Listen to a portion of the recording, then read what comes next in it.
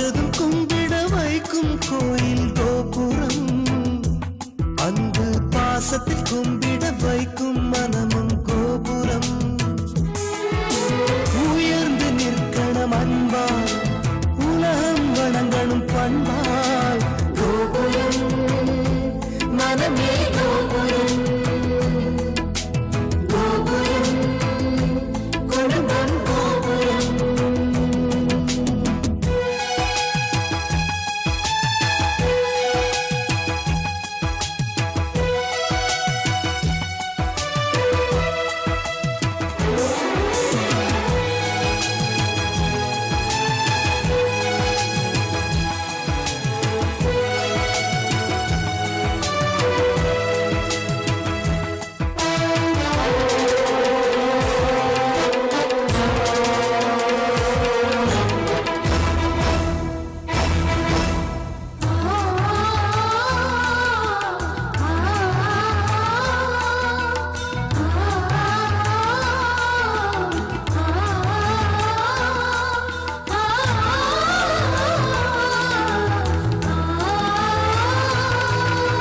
ஒருவரை ஒருவர் உணர்ந்து உள்ளங்கள் அன்பில் இணைந்து, வேதங்கள் என்பதை மறந்து பொறுமையில் இமயம் அடைந்து, பாசத்தின் பலங்களை அறிந்து பண்பெனும் பாதையில் நடந்து, கண்ணென உறவினில் மகிழ்ந்து தூணென குடும்பத்தை சுமந்து, கோயிலை போலே குடும்பமும் அமைந்தால் சொர்க்கம் நிஜமாகும். கூட்டு குடும்பத்தின் பொறுமை உணர்ந்திடும் போது கோபுரம் போலாகும். கோபுரம் மனமே கோபுரம், கோபுரம் குடும்பம் கோபுரம். பார்த்ததும் கும்பிட வைக்கும் கோயில் கோபுரம், அன்பு பாசத்தில் கும்பிட வைக்கும் மனமும் கோபுரம். பார்த்ததும் கும்பிட வைக்கும் கோயில் கோபுரம், அன்பு பாசத்தில் கும்பிட வைக்கும் மனமும் கோபுரம். உயர்ந்து நிற்கணும் அன்பால், உலகம் வணங்கணும் பண்பால்.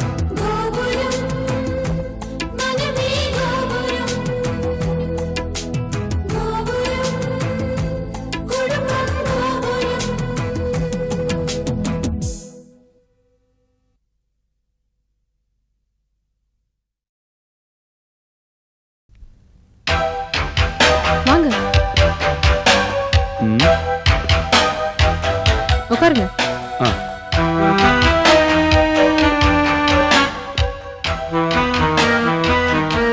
காயத்ரி, காயத்ரி, இது வரேன்க்கா. என்னக்கா?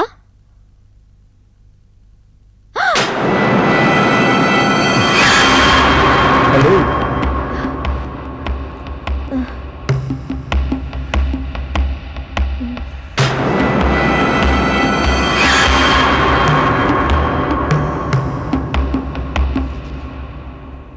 என்னம்மா ஷாக்கா இருக்கா? எனக்கு ஒண்ணு முன்னும் தெரியாது பின்னும் தெரியாது. நீயா வந்த, வேலை கேட்ட, சம்பளம் கேட்ட, அட்வான்ஸ் கேட்ட, என்னோட கண்டிஷன்ஸ் எல்லாம் உங்ககிட்ட நான் கிளியரா சொன்னேன். எல்லாத்துக்கும் சரி சரின்னு அங்க தலையாட்டிட்டு என்கிட்ட பணம் வாங்கினேன். அப்புறம் ஆளும் வரல பணமும் வரலன்னா என்னம்மா அர்த்தம்? தப்புதாங்க, நான் வராதது தப்புதான். அதை விட தப்பு உங்ககிட்ட சொல்லாதது. எப்படியாவது உங்ககிட்ட வாங்கின பணத்தை திருப்பி தந்துடுறேன். எப்படிமா தருவ? நான் கடன் கொடுத்து லாபாதவி பிசினஸ் பண்ணிட்டு இருக்கேன். எனக்கு உங்க அண்ணி தான் தெரியும். அவங்கள நம்பிதான் நான் பணம் கொடுத்தேன். நீ வரலன்னு அவங்க கிட்ட போய் கேட்டா யாருகிட்ட கொடுத்தியோ அவங்க கிட்ட கேளு, பணத்தை வாங்கிக்கன்னு சொல்றாங்க. அது மட்டும் இல்லாம வீட்டுக்குள்ள போய் கேட்காத, வெளியில தெருவில நின்று பணத்தை கேட்டு அவங்கள அவமானப்படுத்துன்னு சொன்னாங்க. ஆனா என்னோட நோக்கம் அது இல்ல. என்னோட பிசினஸ் லேடி சம்பந்தப்பட்டது. அவங்க சைக்காலஜி, அவங்களை எப்படி பூ மாதிரி ஹேண்டில் பண்ணணும்னு எனக்கு நல்லாவே தெரியும். அதனாலதான் யாருக்குமே தெரியாம வீட்டுக்குள்ள வந்து பணத்தை கேட்கிறேன். சம்பளம் வாங்குற உங்க அண்ணியே கொடுக்க முடியலன்னா வீட்டுல சும்மா உட்காந்துட்டு இருக்கிற உன்னால எப்படிமா கொடுக்க முடியும்? என்ன இழிச்சவன் நினைச்சிட்டு இருக்கீங்களா? பாருங்க, சும்மா பேசிட்டு போகாதீங்க. சும்மா பேசலாமா? பணம் கொடுத்தா நான் பேசுறேன், பணத்தை கொடுத்தவன் பேசக்கூடாதா? என்ன உலகம் இது? நான் எப்படி உங்ககிட்ட வசூல் பண்றது? வேற மாதிரியா வசூல் பண்ண முடியும்? நிறுத்துங்க.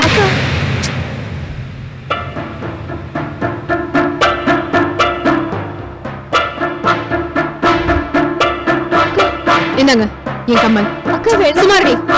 4 கிராம் 1000 ரூபாய் கொடுத்துட்டு அப்புறமா திருப்பி வாங்கிக்கிறேன். இல்ல அவசரம்னா இதை வித்துக்கோங்க. போங்க. கடைசியில அடகு கடைக்காரன் ஆக்கிட்டீங்க. எப்படியோ என் பணம் எனக்கு கிடைச்சது. வரமா? வராதீங்க போங்க.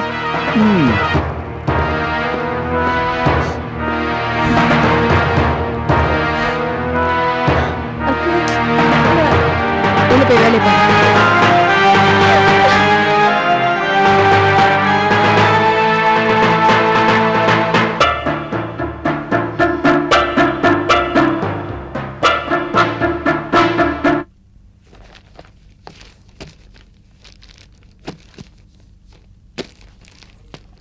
அம்மா சீக்கிரம் வாங்க, நான் ரெடி ஆயிட்டேன்.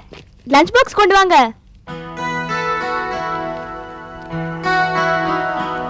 இந்தாம்மா. சரிம்மா, நான் கிளம்புறேன். அபிரமே, இத பெரியம்மா கிட்ட கொடுத்துடு. நீ காலேஜுக்கு போகும்போது கொடுத்தாலும் சரி, இல்ல காலேஜ் விட்டு வரும்போது கொடுத்தாலும் சரி. என்னம்மா இது? இது உனக்கு வந்த ஜாதகம். அப்பாவும் பொண்ணும் தான் வேண்டான்னு சொல்லிட்டீங்களே. சரி, அதுக்கும் இந்த ஜாதகத்தை மாமா கிட்ட கொடுக்கறதுக்கும் என்ன சம்பந்தம்? நேத்து கோயில்ல வந்தனாவையும் உங்க சின்னத்த வனிதாவையும் பார்த்தேன். வந்தனாவுக்கு கல்யாணம் பண்ண போறாங்களா, வரன் தேடுறாங்க. அதான் இந்த ஜாதகத்தை அவங்க கிட்ட கொடுத்தா வந்தனாவுக்கு பாப்பாங்கல்ல, பிடிச்சா மாப்பிளையும் பார்க்கட்டும். ஓஹோ, எனக்கு இல்லனாலும் நீ ஏதாவது ஒரு கல்யாணத்தை பார்த்தாகணும் அதானே? ஏய், குறுக்க பேசாத. எங்க அண்ணன் கிட்ட இத கொடுத்து இந்த மாப்பிளையும் மாப்பிள்ளை குடும்பத்தையும் அம்மாவுக்கு நல்லா தெரியுமா, அம்மாவுக்கு ரொம்ப பிடிச்சிருக்குன்னு சொல்லு. ஜாதகம் மட்டும் பொருந்துனா மத்த எதுவுமே பார்க்க வேண்டாம், அதுக்கு அம்மா கேரண்டின்னு சொல்லி கொடு. சரி சரி, எல்லாத்தையும் சொல்றேன். அம்மா, இது உனக்கு தேவையா? ஏன் இப்படி கேக்குற? அது சரி, இந்த விஷயம் அப்பாவுக்கு தெரியுமா? தெரியாது. ஒவ்வொன்னு சொல்லிட்டா இருக்க முடியும். ஆமா, ஒருவேளை நாளைக்கு இது அப்பாவுக்கு தெரிஞ்சா? தெரிஞ்சா என்ன? என்னமோ என்ன தினமும் கொஞ்சற மாதிரியும் இன்னைக்குதான் புதுசா திட்ட மாதிரி இல்ல சொல்ற. என்னைக்கும் கிடைக்கிற திட்டு தானே வாங்கிக்கிறேன். என்னடி என்ன மட்டும் சொல்ற? நீ மட்டும் தானே அங்க போய் எங்க சின்னத்துக்கிட்ட டான்ஸ் கத்துக்கிறியே, அது உங்க அப்பாவுக்கு தெரியாது. அது தெரிஞ்சா உன்னை திட்ட மாட்டாரா? கஷ்டம்தான். அதே கஷ்டம்தான் எனக்கும். போ. பொண்ணுன்னா 1000 மாப்பிள்ளை ஜாதகம் வரும். நாம தான் கொடுத்தோன்னு உங்க அப்பாவுக்கு தெரியவா போகுது? அப்படியே தெரிஞ்சாலும் எங்க அண்ணன் சமாளிச்சுக்குவாரு. ஒன்னும் தப்பில்ல, போய் குடுறி. சரி, குடுக்கறேன் குடுக்கறேன்.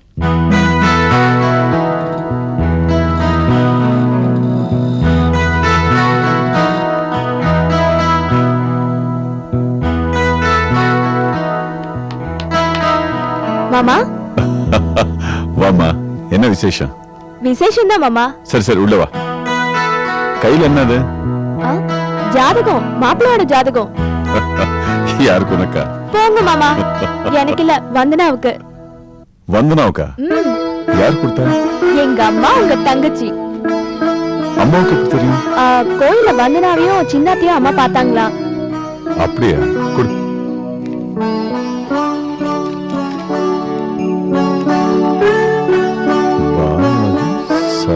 சேத்துராமன், அண்ணா நகர். சேத்துராமன் எங்கேயோ கேள்விப்பட்ட மாதிரி இருக்கு. ஏம்மா, இவங்களே உன் அம்மாவுக்கு தெரியுமா? தெரியுமாவா? பையனை பத்தி, பையன் குடும்பத்தை பத்தி அம்மாவுக்கு ரொம்ப நல்லா தெரியும். பையன் கூட சூப்பரா இருப்பானா. ஜாதக பொருத்தம் எல்லாம் சரியா இருந்தா மத்த விஷயத்தை பத்தி கவலைப்பட வேண்டாம்னு சொல்ல சொன்னாங்க. இதுக்கு அம்மா கேரண்டி. ஆக்சுவலா இது எனக்கு வந்து ஜாதகம். நான் தப்பிச்சிட்டேன். வந்தனா மாட்ட போறா. வந்தனா மாட்ட போறா? சும்மா மாமா, முதல்ல ஜோசியரை பார்த்து ஜாதக பொருத்தம் பாருங்க.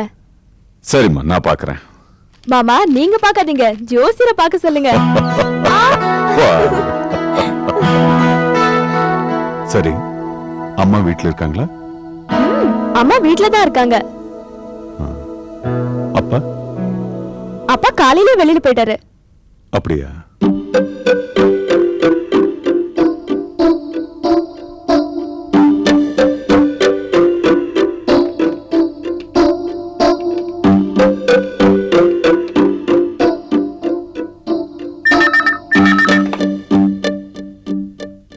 ஹலோ சகுந்தலா,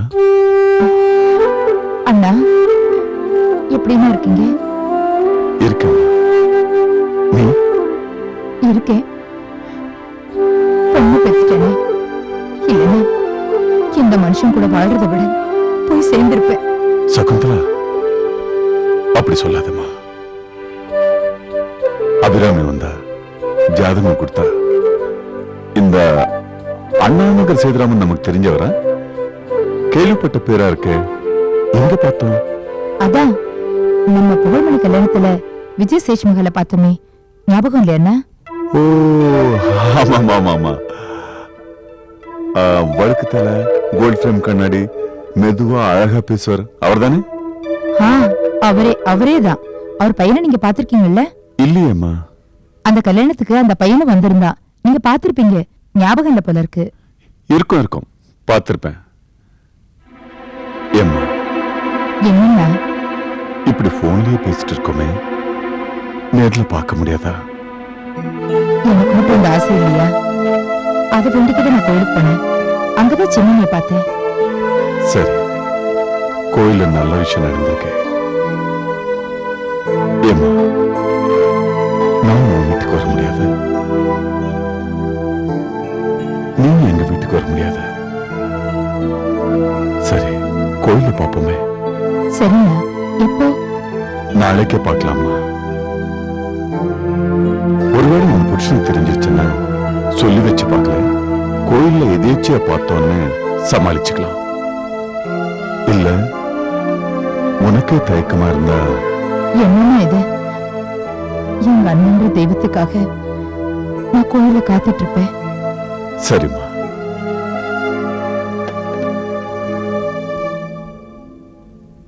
மாமா, இதுக்கெல்லாம் எப்ப விடிவு காலம்? உன் அப்பாவுக்கு தான் தெரியும்.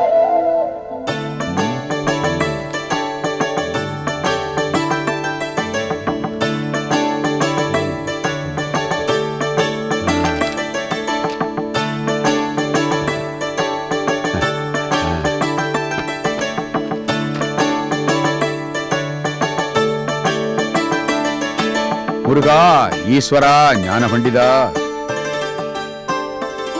ஒரு தடவைக்கு 4 தடவையா குழந்தை வந்தனாவோட ஜாதகத்தையும் பாலாஜிங்கிற தம்பி ஜாதகத்தையும் நல்லா அலசி ஆராய்ஞ்சு பார்த்துட்டேன். பொருத்தம் எப்படி இருக்கு? ஆஹா, பேஷா, அமோகமா, ஆனந்தமா இருக்கு.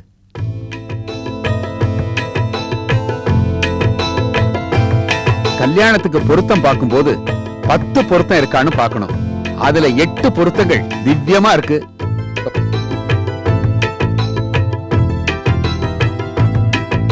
வந்தனா, பாலாஜி இந்த 2 பேருக்கும் கல்யாணம் பண்ணா ஆண்டவன் கிருபையால ஸ்ரீ ராமச்சந்திரமூர்த்தியும் சீதா பிராட்டி மாதிரி வாழ்வாங்க. இது தீர்க்கம். ஜாதக ரீதியா எந்த தோஷமும் இல்ல. ஆயுள் கெட்டி. உங்களுடைய பொண்ணு தீர்க்க சுமங்கலியா இருப்பா. மாப்பிள ஜாதகம் அபாரம். தொழில்ல மிகப்பெரிய புத்திசாலி. கடல் கடந்து வெளிநாடு போற வாய்ப்பெல்லாம் அவருக்கு அமோகமா இருக்கு. எந்த விதத்துல எப்படி பார்த்தாலும் அமோகமான ஜாதகம். நான் பார்த்த ஜாதகங்கள்ல இதுவரைக்கும் இப்படி ஒரு ஜாதகத்தை பார்த்ததே கிடையாது. மத்த லௌகிகங்கள்லாம் பொருந்தி வந்துச்சுன்னா வர்ற தையிலேயே முதல் முகூர்த்தத்துல கல்யாணத்தை வச்சிடலாம். அவங்களுக்குள்ள மனசு ஒத்து போனா போதும். அதுக்கப்புறம் வேற என்ன வேணும்? ஜோசியரே, புத்திர பாக்கியம்? பயப்பட வேண்டிய அவசியமே இல்ல. சுந்தரமான பேர பிள்ளைங்க உங்களுக்கு உண்டு. இந்தாங்க, அப்ப நான் உத்தரவு வாங்கிக்கிறேன்.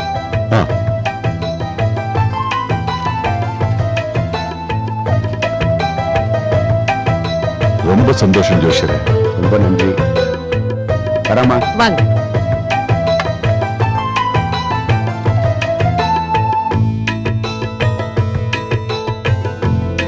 வரட்டுங்களா? கல்யாணத்துக்கு நீங்க நிச்சயம் வரணும். கண்டிப்பா. தாசானு தாசன். சந்தோஷம் தானம்மா? ரொம்ப சந்தோஷம் மாமா. எங்க உன் புருஷன்? பொண்ணுக்கும் மாப்பிளுக்கும் ஜாதக பொருத்தம் பார்க்கும்போது கூட இல்லைன்னா எப்படி? அண்ணன் கிட்ட பொறுப்பு ஒப்படைச்சிட்டார்ல, அப்புறம் ஏன் இதுல தலையிட போறாரு? உன் தங்கச்சி ரொம்ப புத்திசாலி ஆயிட்டா.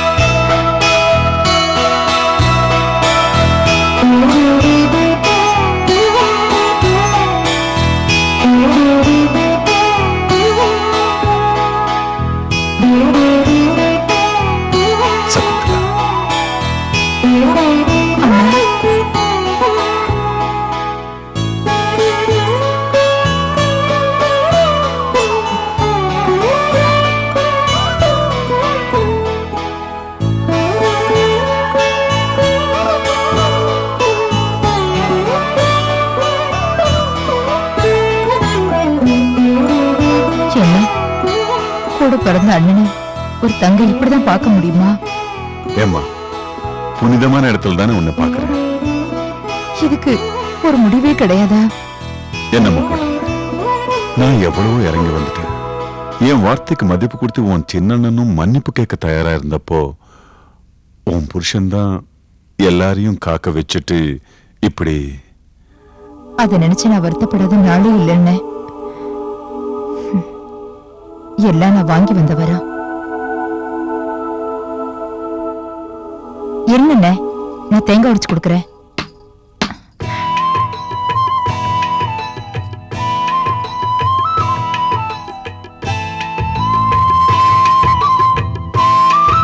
சின்ன வயசுல பாட்டிலா கலர் கலந்து ஊத்தின இந்த கைதான் எங்களுக்கு வசதி, வாழ்க்கை எல்லாத்தையும் கொடுத்தது.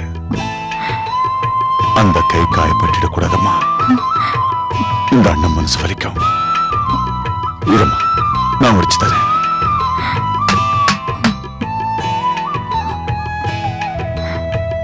இந்தம்மா, சாப்பிடு. நீங்க சாப்பிடுங்க.